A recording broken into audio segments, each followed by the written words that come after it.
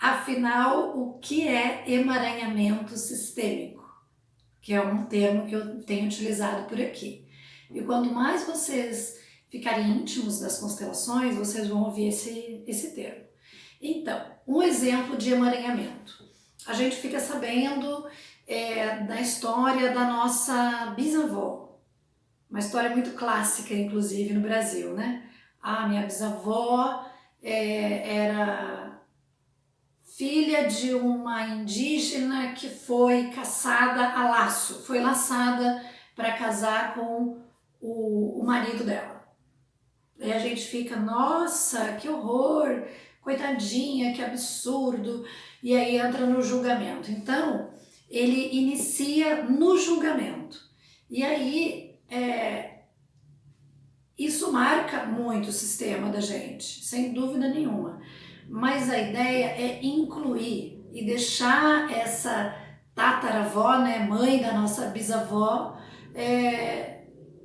olhar com respeito, olhar com honra e entender que o destino dela não foi fácil, mas olhar e dizer: eu sei que o teu destino foi difícil, não foi fácil, mas eu respeito o seu destino. Como foi? A senhora é grande e eu sou pequena. Então a gente precisa entrar nesse pensamento, eu sei que não é fácil, de dizer assim, bom, isso não vai fazer nenhuma diferença eu ficar julgando o homem lá que laçou ela, porque afinal de contas eu sou o resultado de tudo isso, né? E estender isso para a vida dos outros, a vida de alguém que não tem nada a ver com a nossa família. Porque a gente é muito rápido em julgar. A gente tem mania de ter opinião sobre tudo, sobre a vida de todo mundo, né? As próprias redes sociais perguntam pra gente, o que você pensa? O que você está pensando agora? Então a gente já entra nisso, né? Já estamos habituados a ter que achar alguma coisa sobre a vida do outro. E esse julgamento, esse achar, isso de se achar muito especial, de ter uma opinião, gente, isso é perda de tempo.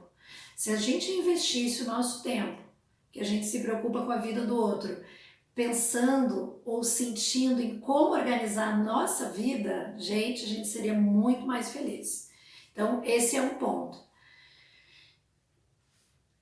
E aí, quando a gente coloca esse alerta e diz assim, bom, eu vou começar a montar uma guarda aqui, como uma polícia, né? No momento em que eu começar a julgar e a querer dar opinião sobre a vida do outro, eu vou dizer, não, esquece, vira o disco, acaba com isso. Um outro exemplo, né? Eu, por exemplo, eu não tenho filhos, né? A maioria de vocês aqui sabe.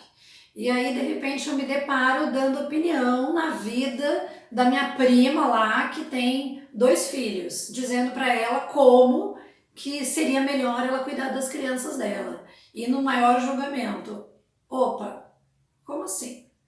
Que autoridade eu tenho, ainda que eu seja terapeuta, para julgar a maneira com que ela cuida dos meninos dela? Oi? Como assim, né? E ela mais velha do que eu. A gente está muito acostumado a achar coisas sobre a vida alheia. Aí, no momento em que eu faço isso, eu já estou criando um emaranhamento sistêmico para mim. Porque o que eu tenho a ver com isso? Então a gente tem que começar a ligar o alerta do momento em que eu penso nisso ou que eu falo isso, já eliminar esse pensamento. Porque imagina, eu saio do meu lugar, e esse é o emaranhamento. Saio do meu lugar de prima mais nova e entro no lugar de maior do que ela, sendo que ela é maior do que eu, e ainda pior, acho que eu tenho uma autoridade com relação à vida pessoal dela. É nesse momento que a gente sai da nossa postura que a gente começa a se emaranhar. Porque a vida é tão perfeita que ela vai achar uma maneira de me mostrar que eu não sei tanto sobre esse assunto. Então é muito delicado e a gente é treinado, mais uma vez, por todo o sistema de crenças, por esse modo de sobrevivência que a gente vive ativado, né, a dar opinião. Então, assim, gente, não queira ter opinião sobre nada mais. Eu era a rainha da opinião, agora eu fico muito atenta quando alguém me pergunta o que eu acho.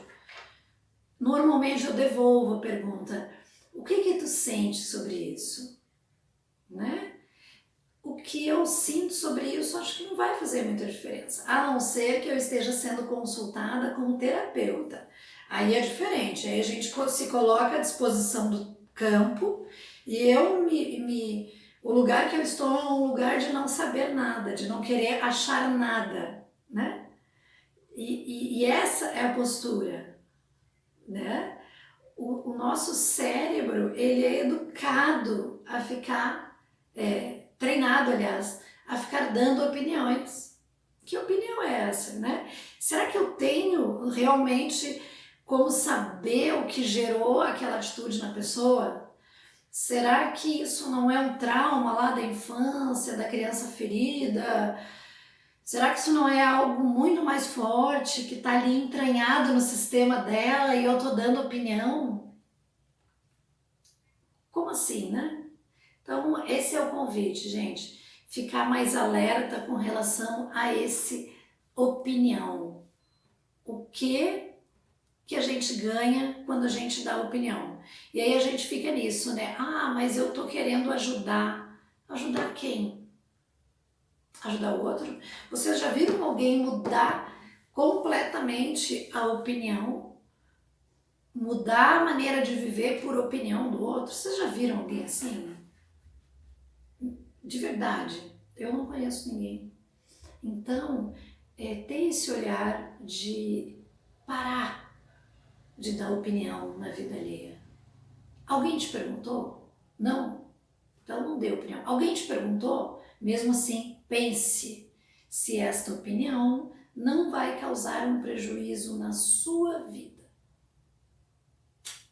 Eu espero que eu tenha conseguido transmitir o que eu realmente queria, que é: vamos parar de dar opinião na vida alheia. Vamos parar de ficar com peninha, com dó do outro. Não estou dizendo para a gente deixar de ser solidário, isso é outra coisa. Ser solidário é auxiliar naquilo que é possível e não ficar dando opinião, não entrar no julgamento, ok? Então vamos ficar alerta com isso, que isso é um grande adianto na nossa vida. Então hoje, gente, é nosso 20º vídeo. Já está acabando. Que pena. Eu vou sentir falta desse contato diário com vocês, tá bom? Aqui é a Lilian Ponte, consteladora a serviço da vida.